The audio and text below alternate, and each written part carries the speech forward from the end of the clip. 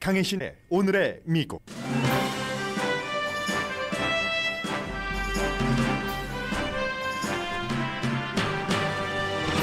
연방준비제도는 예상대로 기준금리를 0.25%포인트 올렸고 연준 의장은 금리 인상에도 경제 성장은 계속될 것이라고 확신했습니다.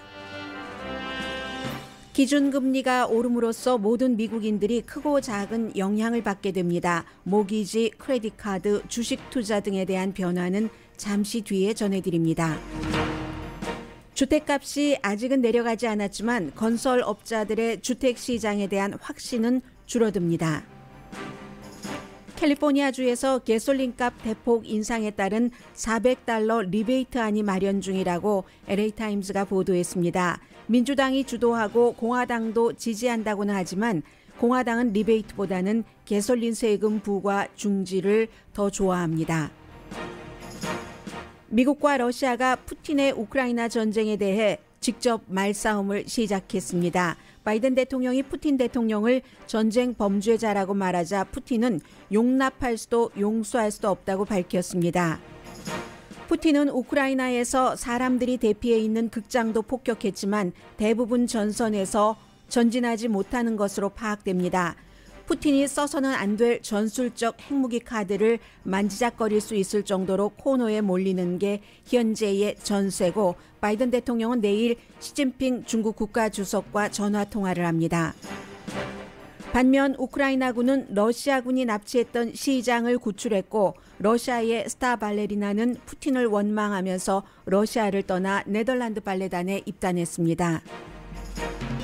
애틀란타 스파 총격 사건 1년이 되자 희생자를 기억하고 아시아계 혐오 범죄를 방치해서는 안 된다는 결의 이벤트가 전국적인 이슈입니다. 넷플릭스가 같은 집에 살지 않는 사람에게 비밀번호를 공유하는 소비자를 단속하기 시작합니다. 여러분 안녕하십니까? 오늘의 미국 강혜신입니다. 오늘 먼저 그 경제 뉴스를 정리를 해드리겠는데 어제 연방준비제도에서 기준금리를 아주 오랜만에 0.25%포인트 올린 것이 일단은 여러분들께 미치는 영향들이 많기 때문에 제가 오늘의 미국에서 때로는 헤드라인에서 전해진 것처럼 어떤 영향이 있는가를 보도를 해드렸지만 오늘은 좀 자세히 전해드리려고 합니다. 왜냐하면 지금부터 시작된 0.25%포인트 이자율 인상이 그 목표치까지 갈 때 2% 이상까지 갈 때 어느 만큼 시간이 걸리느냐, 올해 다 올릴 것 같지는 않다고 대부분의 전문가들은 현재로서는 그렇게 예측하고 있지만 이런 것들이 올해 내년 여러분들 모든 생활에서 영향을 받게 됩니다. 그래서 오늘은 조금 자세히 전해드리려고 하고요. 우선 큰 맥락으로 연준 의장이 0.25%포인트는 이제 인플레이션을 막기 위해서 그게 기본 목표인 이자율 인상인데 그럼에도 불구하고 경제의 기반이 아주 단단하기 때문에 금리가 인상했어도 경기 성장폭은 흔들리지 않을 것이다 하는 확신적인 얘기를 어제 했고요. 인플레이션 억제를 위해서 정말로 16년 만에 가장 빠른 속도로 금리를 인상할 것이라는 게 전문가들의 예상입니다. 경기 침체 위험에 대해서는 거듭 제롬 파웰 연준 의장이 그럴 위험이 없다는 것을 강조를 했습니다. 아마 연방 기금금리가 이제 0.25%포인트가 됐으니까 5월 달에 또 공개시장위원회 할 때 또 올릴 테고 기본적으로는 내년 말까지 2.8%에 도달할 것이다 하고 전문가들은 보고 있고요. 그리고 연준 9조 달러 정도 되는 채권사들이는 양적 완화는 5월부터 시행하겠다라고 했습니다. 경기 침체 위험 높지 않다는 것 굉장히 강조를 했고요. 올해 중앙은행에서는 연준에서는 인플레이션이 4.3%가 될 것으로 예상을 했고 지금 거의 8%잖아요. 그리고 내년에는 2.7%, 2024년에는 2.3% 정도 될 것으로 예상을 합니다. 보통은 이제 인플레이션을 한 2% 정도로 잡고 있는데 2년 뒤가 돼도 2%까지는 안 되고 2.3% 정도 될 것이다. 이게 이제 큰 그림이고요. 지금부터는 크게 주택 용자부터 맨 마지막으로 주식까지 어떤 영향을 지금부터 기준금리를 올리기 시작하기 때문에 미치는가 하는 것을 전해드리겠습니다. 먼저 주택융자부터 하죠. 주택융자는 기본적으로는 연방 기준금리의 영향을 받지는 않습니다. 그러나 이제 그 10년 만기 채권으로 기준으로 해서 하는데 이것이 뭐 연방 이자율이 오르고 하면은 여러 가지 그 분위기가 투자가들 그 마음을 움직이기 때문에 기준금리의 인상이 전혀 적용되지 않는다고 볼 수는 없고요. 투자가들의 반응 때문에 해서 그 인플레이션에 따라서 인플레이션도 영향을 미치고 모기지 이자율도 이미 그 서서히 오르기 시작해서 30년 고정 그 평균 그 이자율이 어제 3.85점 몇몇몇몇이었거든요. 3.85점 08 이렇게 나갔는데 일주일 전에 3.76이었으니까 한 0점 어느 정도 오른 건가요? 일주일 전에 3.76에서 올랐고 1년 전에는 30년 고정 모기지 이자율이 3.05%였습니다. 지금 3.85%고 지금부터 이제 오르기 시작하겠죠. 이번 주에 아마 주말 뭐 오늘 내일 사이에 4%까지 되지 않을까. 장기 채권이라 할지라도 여러 가지 영향 때문에 이렇게 된다는 겁니다.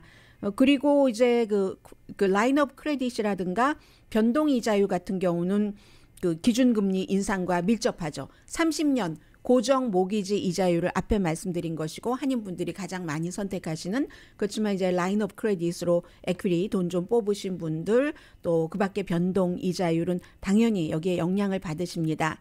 크레딧 카드의 경우는 연준의 기준금리와 밀접한 관련이 있죠. 그렇기 때문에 이제 보통 이게 한 21개월 정도 영향을 미친다고 하는데 한 달 쓰고 한 달 다 갚으시면 밸런스를 0으로 해놓으시는 게 좋고 밸런스가 있으시면 매달 다 갚지 못하신 분의 경우는 16.44%가 현재 평균 그 크레딧 카드 이자율이기 때문에 이것보다 더 높아지니까 여러분들 가능하면은 크레딧 카드를 썼을 때는 매달 갚으실 것을 전문가들이 추천합니다. 전문가들이 추천 안 해도 돈이 있으면 다 그렇게 해요. 그리고 학자금 융자를 말씀드리겠는데 학자금 융자도 두 종류로 나뉘어집니다. 연방 융자가 있고 현재 그 연방 학자금 대출 그 융자에는 이 기준금리가 올라가는 것이 해당되지 않습니다. 고정이기 때문에. 이 주택 모기지와 다른 것은 주택 모기지는 그래도 10년 만기 채권을 기준으로 하는데 이것은 고정 이자율이기 때문에 연방은 해당되지 않는데 그리고 이제 새로운 연방 융자는 매년 7월 달에 이자율이 바뀌는데 그게 5월 달에 결정된 이것도 역시 10년 그 채권 기준으로 5월 달에 팔린 채권 기준으로 그러니까 모기지 30년 고정과 뭐 비슷하다고 볼 수도 있겠네요. 그렇지만 민간 학생 융자는 연방준비제도의 이 기준금리에 영향을 받습니다. 그래서 이제 곧 오를 것으로 예상이 되고요. 뭐 고정과 변동 다 마찬가지 영향을 받습니다. 더군다나 이제 올해 몇 번 더 인상을 할 것이기 때문에 민간 그 학자금 융자 기관이 이자율을 곧 조정을 해서 발표를 하겠죠. 빌리는 사람들 아무래도 한 1.5%에서 1.9% 이자율이 오르지 않을까. 융자 기관에 따라 다르긴 하지만 평균 그 정도로 예상을 하고 있습니다. 자동차 융자가 여러분들께서 조금 들어두실 부분들이 좀 있는 앞에 말씀드린 것은 대체적으로 알고 계시는 분들이 많으신데 자동차에서 오르면 다 같이 오르니까 라고 딱 멈춤을 하시는 분들이 있는데 조금 다릅니다. 자동차는 새 자동차와 중고차 이미 크게 올랐죠. 지난해에. 그런데 그 차이가 있어요. 새로운 자동차 그 융자금 받을 때하고 중고차하고 평균 새로운 자동차 그 융자 이자율이 2월 달에 4.39%로 모기지 이자율보다는 높죠. 고정 모기지보다는 높았습니다. 지난해와 비슷했는데 평균 중고차 융자 이자율은 2월 달에 7.83%였습니다. 중고차가 더 비싸죠. 지난해보다 조금 내렸네요. 지난해 2월 달에는 8.25%였습니다.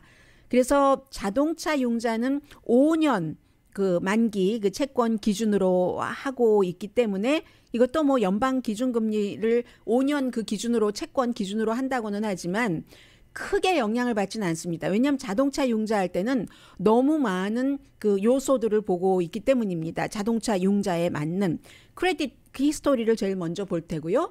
그리고 크레딧 히스토리를 볼 때도 자동차의 경우는 모기지 얼만큼 냈는가 이런 뭐 크레딧 카드를 얼만큼 갚았느냐를 보는 게 아니라 그것도 물론 보겠지만 가장 많이 보는 것이 자동차 그 융자한 것에 대한 크레딧을 제일 많이 보죠.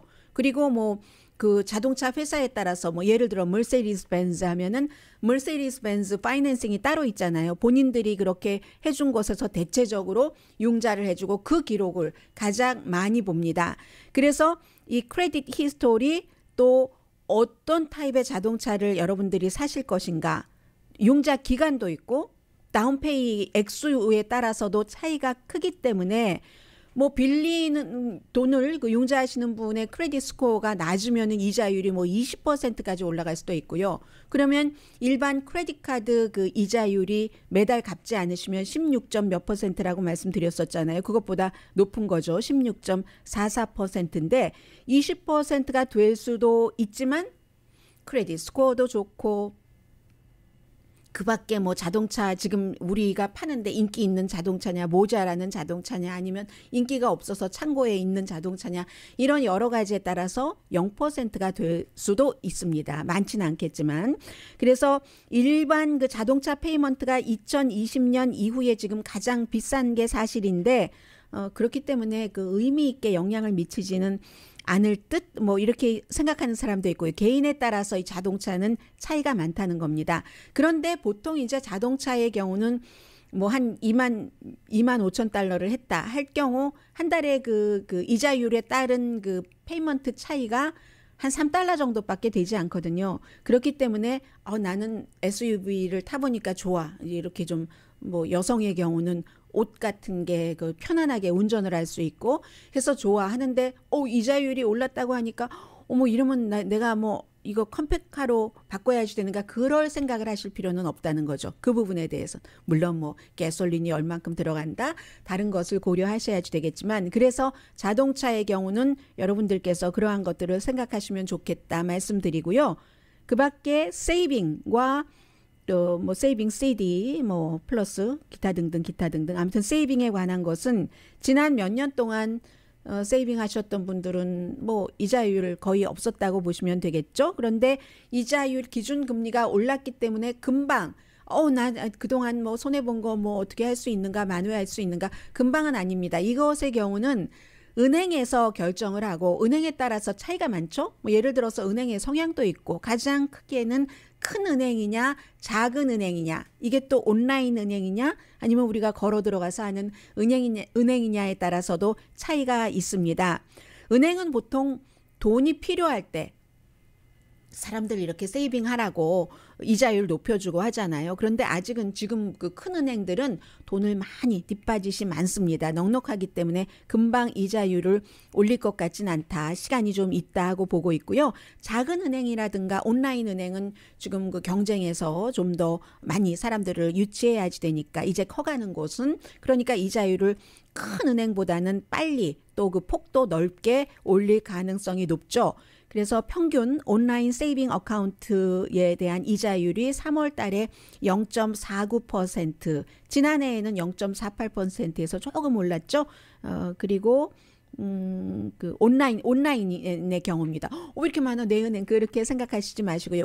요즘 온라인 은행이 많기 때문에 진짜 은행 우리가 걸어 들어가는 그런 은행은 평균 세이빙 어카운트의 이자율이 3월 달에 0.12%, 지난해에는 0.15%였습니다. 이게 이제 차이가 있어요. 그리고 정기적금 같은 경우는 1년짜리 CD 온라인의 경우는 3월 달에 이자율이 0.67%였는데 1월 달에 0.51%였거든요. 조금 올라갔고 5년짜리는 뭐 1.08에서 0.86. 그런데 이제 이게 이제 다 온라인이냐 걸어 들어가는 은행이냐 은행의 규모가 얼만큼이나 되느냐에 따라서 다르지만 당장 기존 그 트래디셔널한 은행에서는 크게 올릴 가능성은 별로 없다고 보시는 게 좋을 것 같고요. 뮤추얼 펀드 같은 경우는 뭐 위험이 적은 그 투자잖아요. 그래서 단기 뮤추얼 펀드 수익률이 지금 0.02 미만이었는데 아무튼 조금 변동이 있을 것 같고 주식과 본드, 채권 같은 경우는 관심이 있으신 분들은 다 그 미리 다 뭐 예상을 하고 계시겠지만 그러나 가장 불확실한 불안정한 지대가 바로 그 주식과 채권 투자잖아요. 뭐 에너지 값도 있고 뭐 푸틴의 우크라이나 전쟁도 있고 인플레이션, 팬데믹도 아직 끝나지 않았고 한국 경우 뭐 60만 명 새로운 확진자 하루 이렇게 나오고 있던데 그렇기 때문에 굉장히 그 불편하죠. 게다 대고 이제 이 모든 것 플러스 연준의 기준금리 인상까지가 포함이 되는데 보통은 이제 이자율이 올라가면은 이렇게 뭐 그 아무래도 뭐 세이빙이라든가 다른 곳으로 눈을 돌리기 때문에 증권 시장에 좋다고는 말할 수 없지만 장기 투자가 목표면은 그 미래를 위해서 이런 때 이제 그 위험성이 있는 것과 안정적인 것의 그 배분을 그 잘 하셔야지 된다.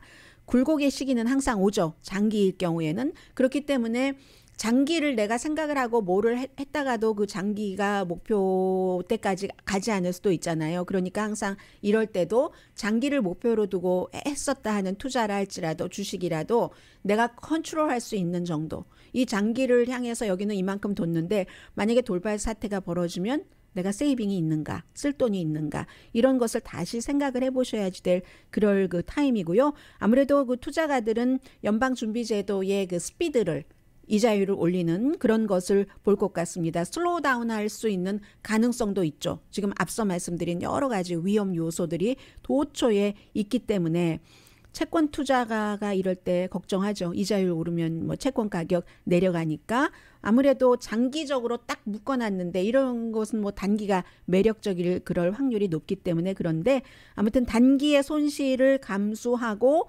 장기적으로 좀 지속력이 있는 내구력이 있는 그런 것들을 찾아야 되는데 그런 것들은 그 여러분들께서 투자하시는 그 아이템의 웹사이트에 들어가 보면 다 그래프가 나와 있기 때문에요. 얼만큼 견딜 수 있느냐 굉장히 뭐 복잡한 계산이긴 하죠. 뭐 이자율뿐만이 아니라 내가 투자한 그 채권의 뭐 날짜까지 다 계산을 해야지 되니까 아무튼 이렇게 해서 이자율이 지금부터 오르기 시작하고 이 오르는 것이 여러분들 모든 분들께 전부 영향을 미친다. 이번 섹션에 여기까지 말씀을 드리는 게 좋겠네요.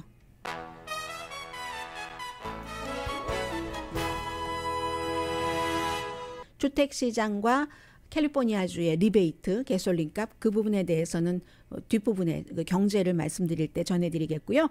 사실은 오늘도 미국의 모든 뉴스의 탑 뉴스는 모든 뉴스 매체의 탑 뉴스는 우크라이나 사태입니다. 아마 지금부터 그 우크라이나 사태는 여러분들께서 코비드 19에 관한 뉴스를 2년 동안 거의 탑 뉴스로 들으셨습니다. 2년 이상일 겁니다. 그런 형태로 에브리데이 업데이트를 해야지 되는 뉴스가 되지 않을까 저로서는 그렇게 생각하고 있는데요. 오늘도 기가 막히고 그리고 뭐 이것은 정말 뭐 핵을 어떻게 한다고 중국과 러시아가 어떻게 된다고 그럼 미국은 어떻게 되나 한국은 어떻게 되나 세계 모든 사람들이 다 연관되는 그런 뉴스입니다. 잠시 뒤에 전해드립니다.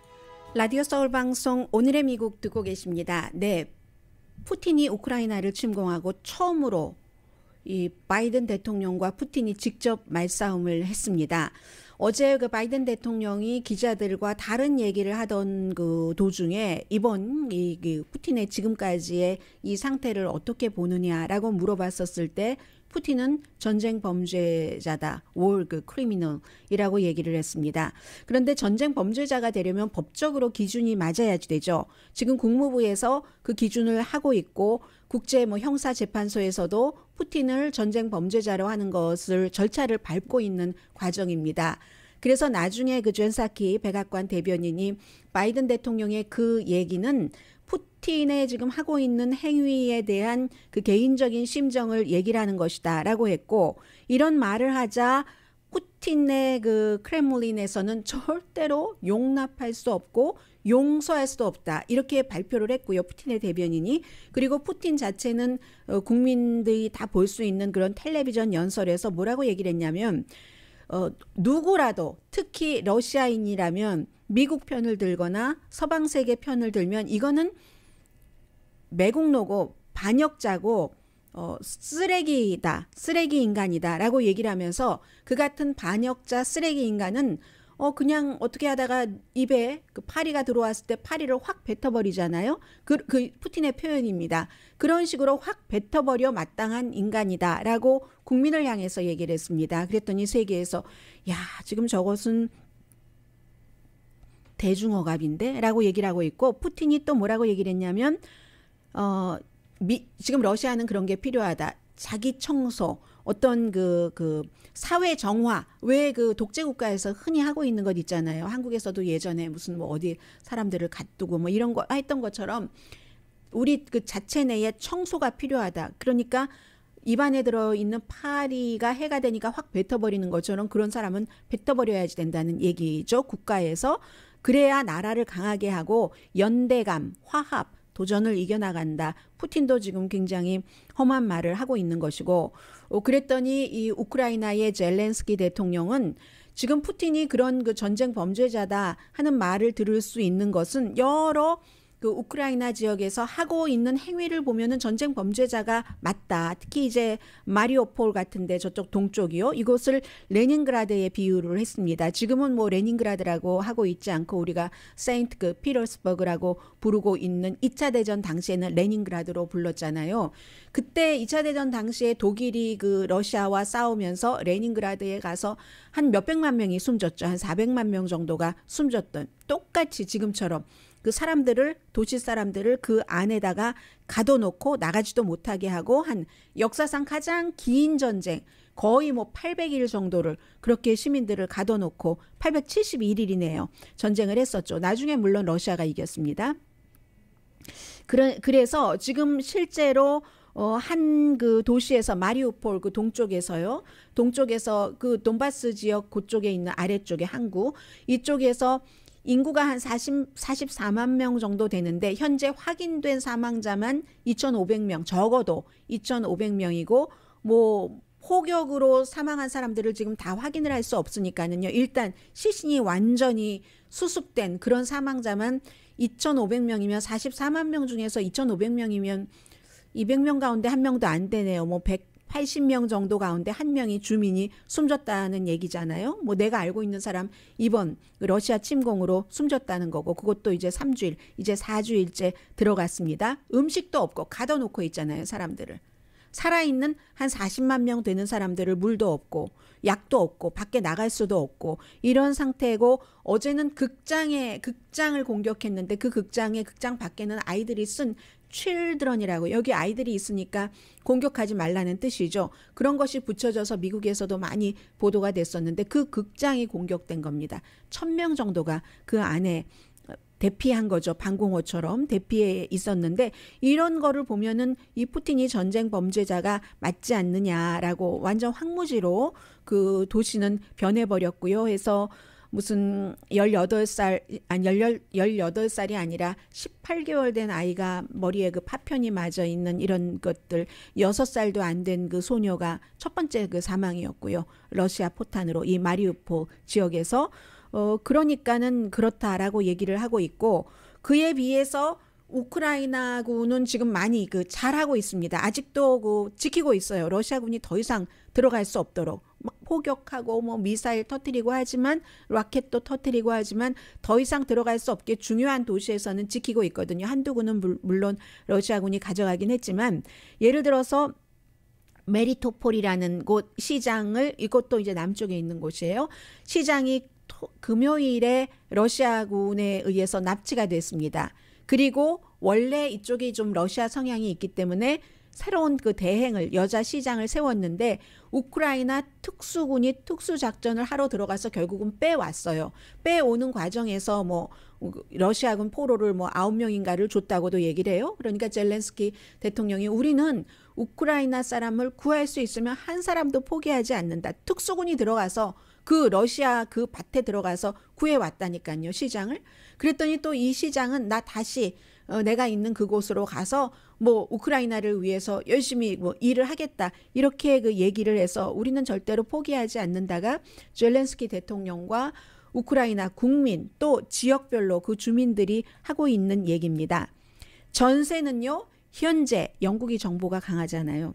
영국 정보군에 따르면 육지에서도 들어가지 못하고 뭐 다 무슨 뭐 그 바다 쪽에서도 마찬가지고 일단 전진하지 못하는 교착이라는 말이 맞겠네요. 스톨. 그 교착 상태라고 할까요? 러시아군이 교착 상태에 있고 수도 뭐 키브를 포함한 주요 도시에서 아무리 지금 하고 있더라도 포격하고 뭐 하더라도 공습하고 하더라도 우크라이나가 역공을 많이 지금 하고 있다는 겁니다. 무슨 뭐 헬리콥터도 그 러시아의 헬리콥터도 파괴하고 뭐 이런 형태. 그리고 지금 그 사망한 러시아 군인은 미국 국방부에서 지금 예상하고 있기로는 한 7천 명 정도, 부상자는 14,000명에서 2만 명. 그러면 미국이 수십 년 동안 치렀던 아프가니스탄, 이라크 전쟁에서 사망한 그 미군 전사자와 비교할 때 훨씬 많은 거거든요. 3주일밖에 되지 않았는데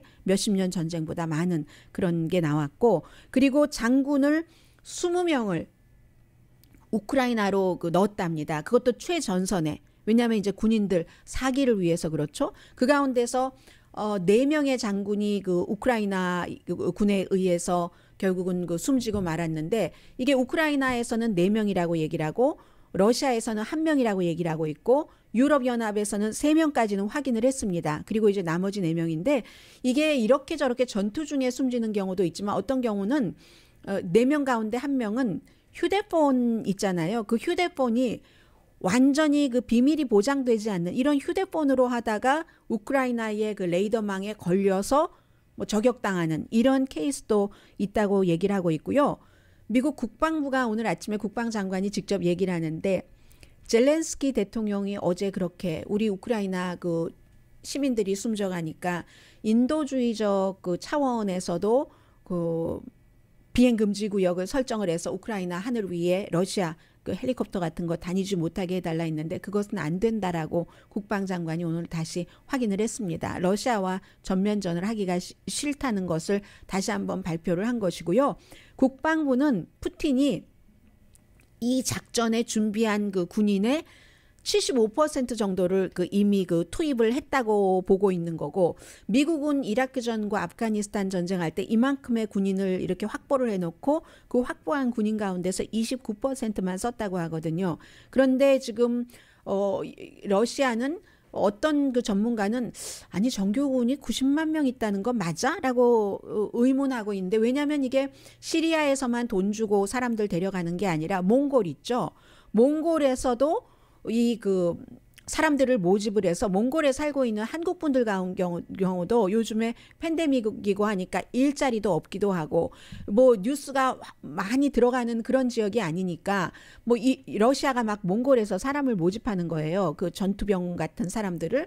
그러니까 이런 때 한번 가서 예전에 뭐 우리의 그 선배들이 뭐 베트남전에 가고 중동 뭐 이런 데 가서 건설업자로 뭐 일하고 뭐 건설 이런 일을 하고 해서 돈을 많이 벌었다고 하는데, 나도 그런 것을 하고 생각해 보고 계시는 분들도 계시다고 하는데 몽골 사람들만 뽑는답니다. 그런데 어쨌든 몽골 사람들을 뽑아갈 정도니까 지금 러시아도 군인이 뭐 넉넉하지는 않다 하는 것을 알 수가 있고요. 저쪽 이제 러시아 그 북쪽으로 해서, 러시아가 땅이 워낙 크잖아요. 저쪽 북쪽으로 해서 배치했었던 유럽 쪽을 향해서 그런 군인들도 지금 재배치를 하는 것을 보니까 러시아가 그다지 그 상황은 좋지 않은 것 같다. 이게 지금 영국에서 보고 있는 점이고요. 그래서 가장 지금 중요한 것은 3차 대전이 될 수 있는가? 이 부분에 대해서 MBC 방송의 그 레스터 홀트와 어제 젤렌스키 우크라이나 대통령이 미 의회에서 연설 끝내고 그 인터뷰한 것이 방영되는 거 보니까 이미 시작됐는지도 모릅니다. 우리가 1차 대전할 때 2차 대전하고 이럴 때 아주 분명하게 그것이 시작됐을 때는 그 미래까지 예측하지 못한 경우들이 있는데 지금 이미 시작됐는지도 또 모릅니다.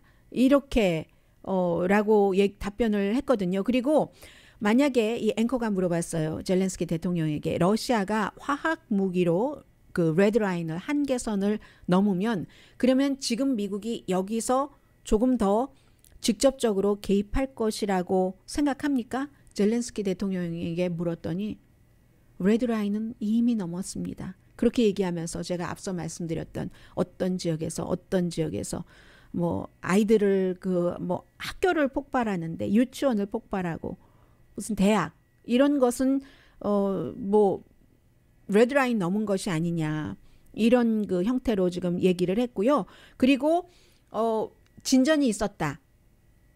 러시아와 우크라이나의 휴전 협상 이런 얘기가 나오지만 그 상대가 러시아이기 때문에 진전이 있었다 하더라도 러시아가 이게 정말 진의야 아니야 그냥 하는 척 하는 거야 아니야 하는 것을 끊임없이 고려한다는 거죠. 왜냐하면 어저께 그 페이크 비디오가 나와서 저도 봤는데 뭐 길진 않은 비디오였어요. 그런데 이 페이크 가짜 비디오가 딥페이크라고 아주 깊은 페이크라고 딥페이크라는 표현을 하고 있는데 이 딥페이크 너무 위험하죠. 딥페이크가 우크라이나 방송에 퍼진 거예요. 이건 해킹을 했다는 거죠. 어떤 내용이냐면 젤렌스키 대통령이 우크라이나 군인들에게 항복해라. 아주 그 목소리를 낮춰서 러시아에게 항복해라. 이랬는데 사람들이 이렇게 보니까 그 입모양이나 여러 가지 제스처나 이런 것들이 맞지가 않아서 잘 만들었는데 얼핏 보기에는 뭐 비슷한 것 같았어요. 그래서 결국은 이게 알았다는 거죠. 한 1분 정도 방영이 됐으니까 저도 본 것이고 하는 것인데 그런 정도로 러시아는 지금 이런 일도 하고 있고 젤렌스키 대통령이 미 의회에 연설하고 있는 동안에 뭐 협상 우리 이렇게 하자 하면서 계속 폭격을 했거든요. 해서 푸틴이 진지하게 협상을 받아들일 준비가 돼 있는지 의심스럽다. 뭐 15개 항목 중에서 일부 뭐 이러이러한 거 포기하는 대신에 나중에 앞으로 우크라이나의 안보는 미국이라든가 뭐 영국이라든가 이런 여러 나라에서 지켜준다 하는 이런 것들을 했지만 지금 뭐 지켜준다고 하는 것은 그 다 뭐 러시아도 침공하지 않는다고 했어요. 미국도 마찬가지고 다. 근데 조약은 소용이 없잖아요. 그래서 뜻이 푸틴이 있는 한 푸틴의 뜻이 어떻겠는가 해서 지금 그 협상을 하는 것이 진지하다 하더라도 확실하게 진지하지 않은지는 아직은 그 알 수가 없다. 왜냐하면 러시아 방송에서 계속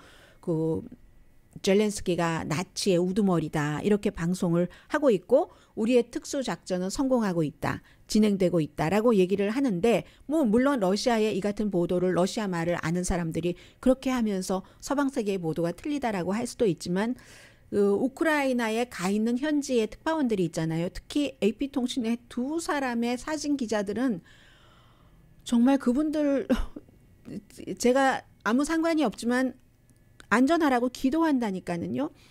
한 사람은 여러분들 잘 아시는 임산부, 결국은 그 임산부도 숨지고 그 아이도 숨졌지만 엄마 배 안에 있던 아이도 숨졌지만 그런 사진을 찍은 AP통신의 2명의 기자들의 사진으로 보여주는 활약상은 대단한 그 활약이라고 말씀드려서 정말 죄송합니다만 대단합니다. 이게 러시아가 꼭 이기고 있다라고 볼 수 없고요.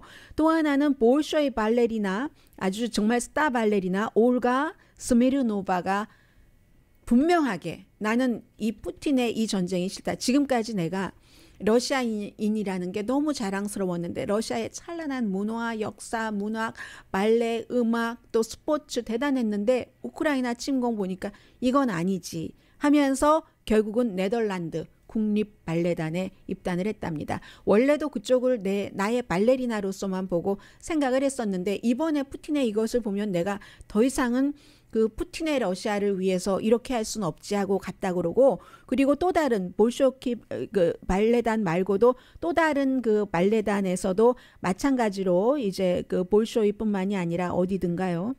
볼쇼이 발레단과 세인트 페테르스부르크의 마린스키 발레단에서도 다른 그 발레리나들이 떠났는데 여기에서는 러시안 그 발레리나, 러시안 정말 그 스타 발레리나가 아니라 우크라이나 발레리나라든가 아니면 브라질의 발레리나라든가 그 러시아의 발레단도 굉장히 다채롭잖아요. 발레가 너무너무 아주 역사가 깊은 곳이기 때문에 다른 나라의 유명한 사람들도 하이어를 하는데 그런 발레리나들도 이제 다른 나라로 떠나왔고 그래서 이제 그 다른 나라 러시아는 지금 전쟁뿐만이 아니라 모든 분야에서 스포츠 무슨 클래식 음악도 마찬가지고 그리고 그 대중음악 분야 이렇게 발레리나 이런 분야에서도 굉장히 힘들게 하고 있다 하는 거. 그런데 또 하나 좀 전에 그 MBC 방송의 앵커가 젤렌스키 우크라이나 대통령에게 한 질문이 정말 중요한데 그럼 미국이 푸틴이 더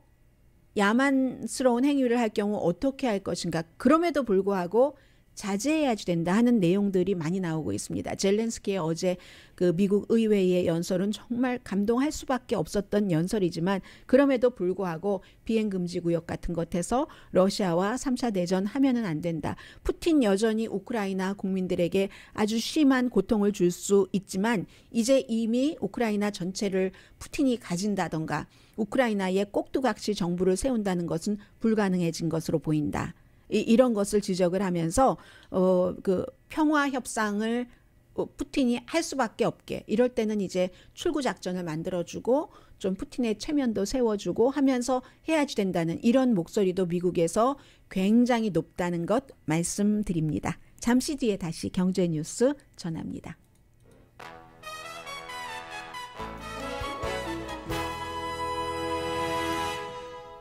라디오 서울 방송 오늘의 미국 듣고 계십니다. 주택 시장에 대한 그 분야에서 일하시는 분들의 신뢰 앞으로 어떻게 될 것인가 하는 그 확신 지수는 조금 줄어들고 있다고 하네요. 전국 부동산 건설 협회와 웰스파고 은행이 함께 조사하는 그 주택 시장 지수죠. 79인데 이게 이제 뭐 당연히 100까지는 올라간 적도 없고요. 86까지도 올라간 적도 없고 84가 맥시멈이었었는데 84가 지난해 한 11월 말 정도였는데 지금 79까지로 내려갔습니다. 지난해 그러니까 11월 말이 피크였었고 그때부터 계속 지금 내려오고 있는 거거든요. 그러면 지금 주택 값은 여전히 뭐 괜찮다고 하고 오른다고 하는데 그에 비해서 앞으로 전반적인 주택 시장에 대한 전망은 그런 겁니다. 특히 이제 건축, 신축을 중심으로 할 때 자신감이 약해지는 거죠. 왜냐하면 뭐 당연히 목재값 아직도 비싸죠. 굉장히. 또 이자율이 높아지니까 사람들 요즘은 집이 너무 비싸니까 이 뭐 자동차는 몇만 달러지만 주택은 몇십만 달러잖아요. 적어도 뭐 그 점보 론은 그것보다 더 비싼 주택에 대한 론은 그것보다 더 많게 되고 그래서 여러 가지 요인으로 앞으로 이렇게 되겠구나 하는 것이 이제 신뢰가 하락했다는 거죠. 주택도 뭐 많이 지어지지 않을 수도 있고 역사적으로 기존 주택이 좀 적죠. 지금 적은 편이기는 하지만 그런데도 불구하고 아무튼 지금 뭐 이렇다 하는 겁니다. 이 정도만 말씀드려도 될 것 같네요. 왜냐하면 이 주택 그 전문가들에 대한 그런 부분이기 때문에요. 그리고 넷플릭스 암호를 그 다른 사람과 공유하는 사람에게는 나쁜 소식인데요.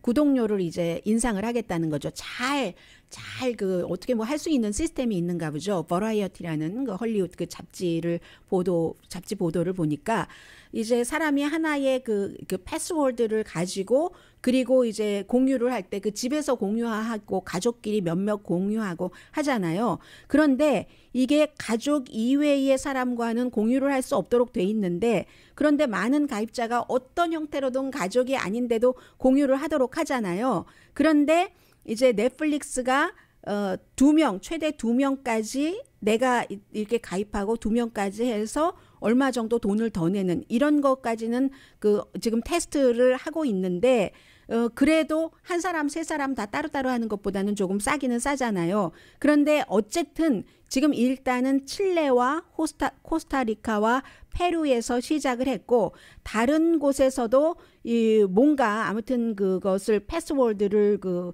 원래의 그 약속을 했었던 것과는 달리 제가 이것을 해보지 않았기 때문에 약속을 했었던 것과는 달리 좀 비정상적인 방법으로 공유하는 사람을 앞으로 색출을 해서 그렇게 못하도록 하겠다라는 것을 발표를 일단 경고를 했습니다. 다른 나라에서는 하고 있다고 해요.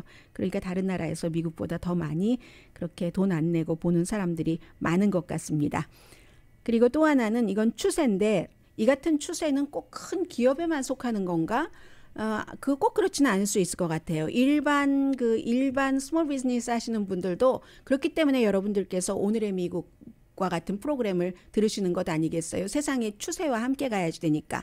해서 우크라이나 분쟁 이후에 기업의 CEO들이 스스로 자신들의 국무부를 만든다는 겁니다. 이때 국무부는 외무부인 거예요. 지금 외교 관계가 어떻게 되지? 우리가 이제 특히 다른 나라와 함께 일을 하고 있는 그런 경우에 다른 나라와 일을 안 하더라도 여러분들께서 한국에서 물건을 받아다 파시는 그런 분들도 계시잖아요.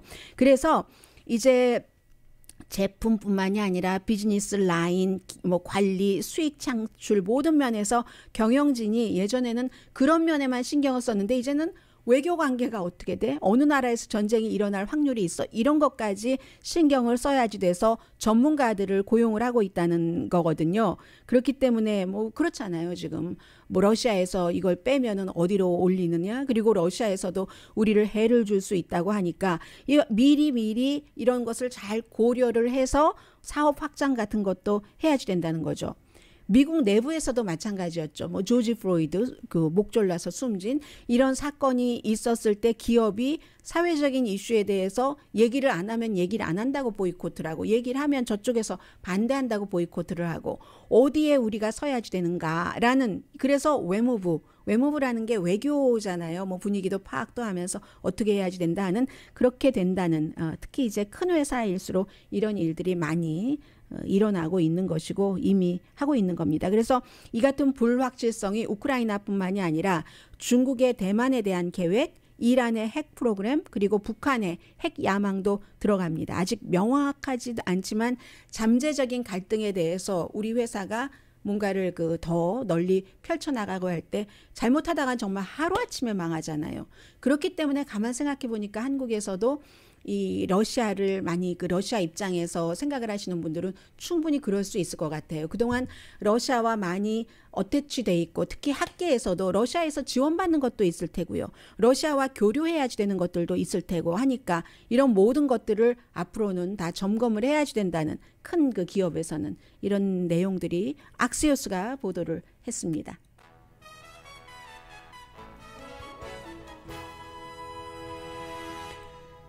라디오 서울 방송 오늘의 미국 듣고 계십니다. 어제 이제 뭐 애틀란타뿐만이 아니라 로스앤젤레스, 시카고, 댈러스, 워싱턴 DC, 디트로이트 많은 곳에서 애틀란타 그 스파의 총격 사건 1년을 맞아서 희생자들도 생각을 하고 이 일이 왜 일어났었지? 그리고 다른 많은 사람들이 이러이러한 게 원인이라고 하지만 사실 제일 밑바닥에는 에이시안 아메리칸이라는 게 깔려 있는 거야 하는 것을 다시 한번 상기하는 여러 그 미팅이 있었습니다. 백인 총격범이 8명을 살해했는데 그 가운데서 6명이 에이시안이었고 한국 분들이 많이 계셨잖아요. 무슨 뭐 유영애 씨, 또 현정 그랜트 씨, 김선차 씨 이런 많은 분들인데 이 그 범인은 두 군데 카운티에서 이것을 수사를 했기 때문에 한 군데 카운티에서는 유죄를 인정하고 가석방 없는 그 종신형 선고받았고 풀튼에서는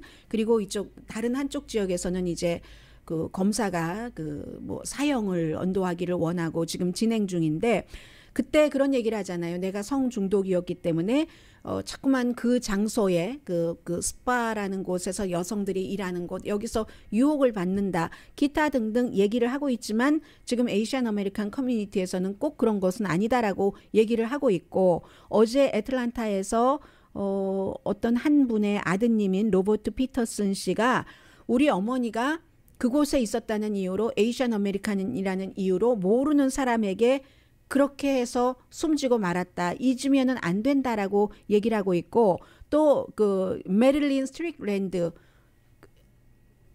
한인계 그 엄마 아빠가 그 흑인과 한인인 이 연방 하원 의원이 이 일에 굉장히 나서고 있습니다. 무슨 경제적인 불만이 있었다. 저 사람이 무슨 뭐 성적인 중독이 있었다. 이런 말 다 그만둬야지 된다. 막 이러면서 얼마나 많은 사람들이 더 에이시안 아메리칸 여성들이 죄 없이 머리를 맞고 돌로 그냥 내리쳐지고 125번 정말 타격을 당하고 이런 일 뭐 칼로 베이고 하는 것을 해야지 되느냐. 우리들은 이런 것에 대해서 눈 감으면 안 된다는 얘기들 했습니다. 많은 그 뉴스들이 있는데요. 저는 여러분들께 꼭 전해드려야지 되겠다는 뉴스만 전해드리고 있습니다만 방송 끝나고 한번 보려고 해요. 뉴욕타임스에 보니까 강아지들도 결혼식을 해준다는데요. 강희신이었습니다.